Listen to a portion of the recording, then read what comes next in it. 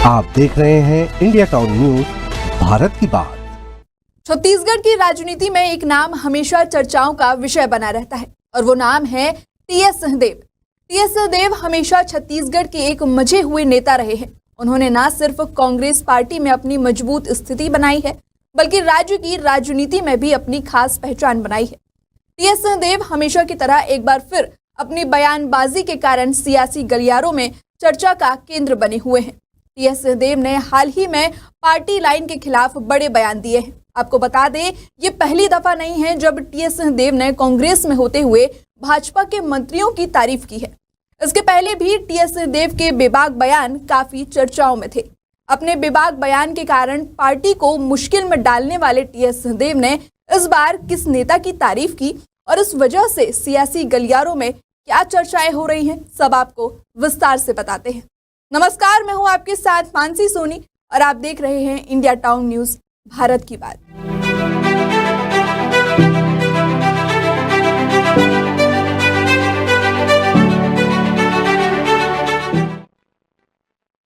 Party Congress की हो या फिर भाजपा की, आरोप प्रत्यारोप का दौर हमेशा से चलता रहा है। लेकिन कांग्रेस के एक ऐसे नेता है जो हमेशा भारतीय जनता पार्टी के समर्थन में या फिर प्रधानमंत्री और मुख्यमंत्री के समर्थन में बयान देते रहे हैं।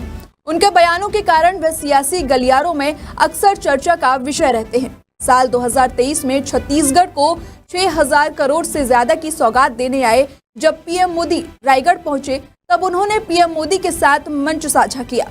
टीएस सिंहदेव ने पीएम मोदी की तारीफ में कहा कि मेरे अनुभव में मैंने भेदभाव महसूस नहीं किया है। राज्य के काम के लिए जब भी हमने केंद्र के आगे हाथ फैलाए हैं तो बतौर साथी केंद्र की ओर से कभी हाथ तंग नहीं रहे।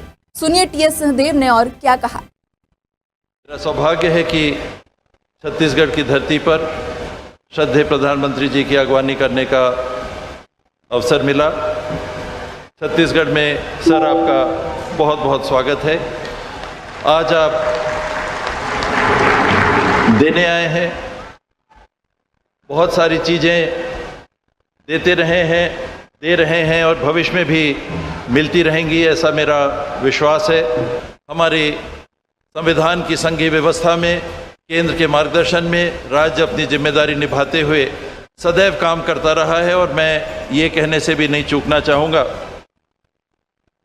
कि मेरे अनुभव में मैंने भेदभाव महसूस नहीं किया। राज्य से हम लोगों ने अगर काम किया और मांगा तो बतौर हक, बतौर एक साथी केंद्र सरकार की ओर से कभी हाथ तंग नहीं रहे और मेरा विश्वास है कि आने वाले समय में इस देश को, इस प्रदेश को मिलकर अपनी संघीय ढांचे की व्यवस्था में निरंतर हम आगे बढ़ाते रहेंगे। टीएस सिंहदेव के इस बयान को काफी दिलचस्प तरीके से देखा गया, क्योंकि कांग्रेस पार्टी के भूपेश बघेल ने कहा था कि केंद्र सरकार भेदभाव करती है, लेकिन टीएस सिंहदेव का यह कहना है कि केंद्र सरकार हमेशा से ही सहयोग करती रही है।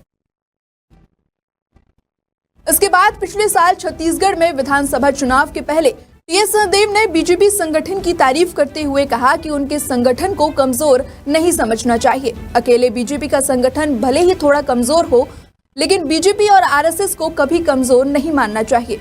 बीजेपी का संगठन मजबूत है और यही उनकी ताकत है।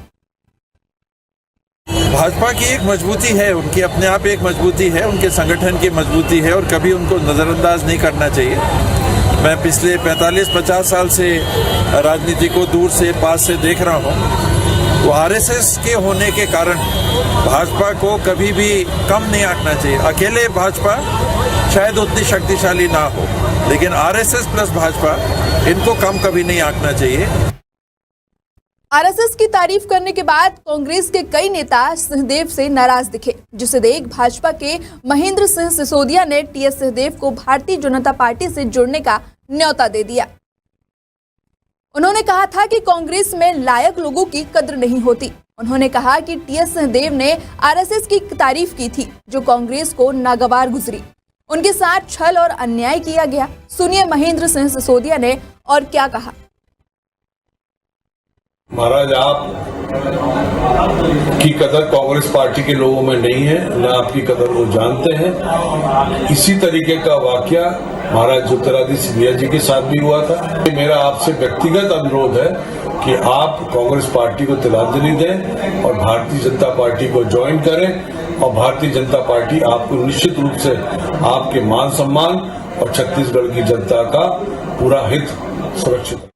हाल ही में टीएस सिंहदेव ने एक बार फिर से बीजेपी के मुख्यमंत्री की तारीफ की है, जिसके बाद से कांग्रेस पार्टी और छत्तीसगढ़ की सियासत में हलचल मची हुई है।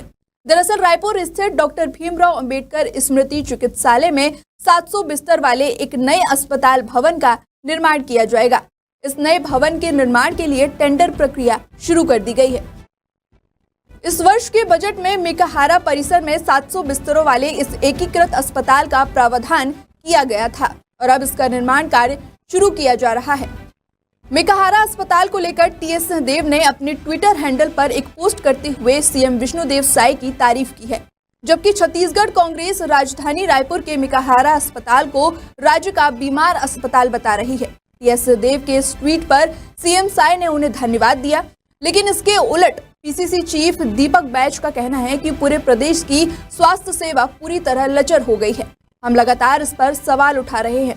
अगर सिंहदेव ने ऐसा कुछ कहा है तो ये उनका आकलन है। स्वास्थ्य सेवा को अगर देखें, सिर्फ एक ही अस्पताल क्यों, पूरे प्रदेश के स्वास्थ्य सेवा पूरी तरह से लचर हो चुकी है। मेकाहारा से लेकर पूरे प्रदेश के स्वास्थ्य सेवाओं पे लगातार हम लोग प्रश्न चिन्ह लगा रहे हैं। अगर पर्सनल उन्होंने कहा तो ये उनका आकलन है। फिलहाल राजनीतिक गलियारों में अभी एक ही नाम सबके मुंह पर है और वो है टीएस सिंहदेव। छत्तीसगढ़ की राजनीति में टीएस सिंहदेव की हालिया बयानबाजी ने फिर से पार्टी की आंतरिक राजनीति को गरमा दिया है। आने वाले समय में यह देखना दिलचस्प होगा कि क्या उनके बयानों का असर सरकार और संगठन पर पड़ता है या यह महज एक राजनीतिक बयानबाजी का हिस्सा है। बहरहाल इस मुद्दे पर सियासी बाजार में जो भी हलचल होगी उसकी अपडेट हम आप तक पहुंचाते रहेंगे। फिलहाल अभी के लिए इतना ही। अब मुझे दीजिए इजाजत। नमस्कार।